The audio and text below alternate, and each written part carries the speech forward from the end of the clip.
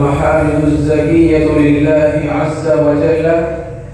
وصلاة عاطرة معطرة على سيد الأنبياء سيد الأتقياء محمد المصطفى صلى الله عليه وسلم. وبعد، فأعوذ بالله من الشيطان الرجيم. بسم الله الرحمن الرحيم. ولا تهنوا ولا تحزنوا وأنتم الأعلون إن كنتم مؤمنين. صدق الله العظيم. وطن کی فکر کرنا نہ مصیبت آنے والی ہے، وطن کی فکر کرنا نہ مصیبت آنے والی ہے، تیری بربادیوں کے مشورے ہیں آسمانوں میں، یہ خاموشی کہاں تک لذت فریاد پیدا کر، یہ خاموشی کہاں تک لذت فریاد پیدا کر، زمین پہ تم ہو اور تیری صدا ہو آسمانوں میں، نہ سمجھو گے تو پھر جاؤ گے ہندی مسلمانوں، نہ سمجھو گے تو پھر جاؤ گے ہندی مسلمانوں، تمہاری داستان تک بھی نہ ہوگی داستانوں میں۔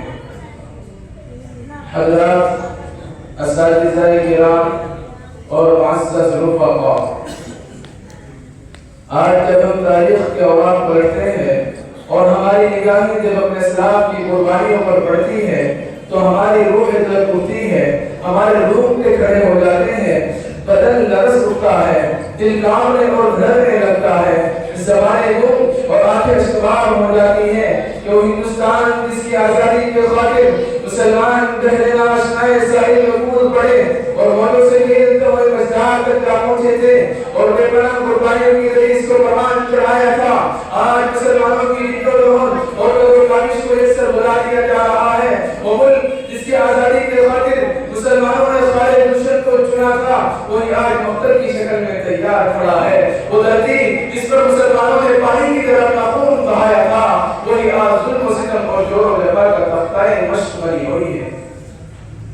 نوجوانان ملت، آج جو حال اشتبار ہے، آنکھوں پکار کر رہا ہے، جی وہ پکار کی صدائیں دے رہا ہے، اپنی بیچارگی ہو گئی بسی اور مظلومیت پر ذرہ ذرہ ماتم تنا ہے۔ اٹھو تو صحیح، دیکھو بے قصور مسلمانوں کے خون اور بے کسی و بے کسی سے مسلمانوں کے آنسوں کا سیلاب اٹھ رہا ہے۔ آج ہندوستان کا گوشہ گوشہ بے گناہ مسلمانوں کے خون سے بھرا ہے، ان کی بہو بیٹیوں کی عصمت و عفت کے دامن تار تار ہے، مسلمانوں کی زندگی سسر رہی ہے، گلشن ہند مسلمانوں کے لیے ماتم کدا بنا ہوا ہے اور نفرت و تعصب کے شعلے بھڑک رہے ہیں۔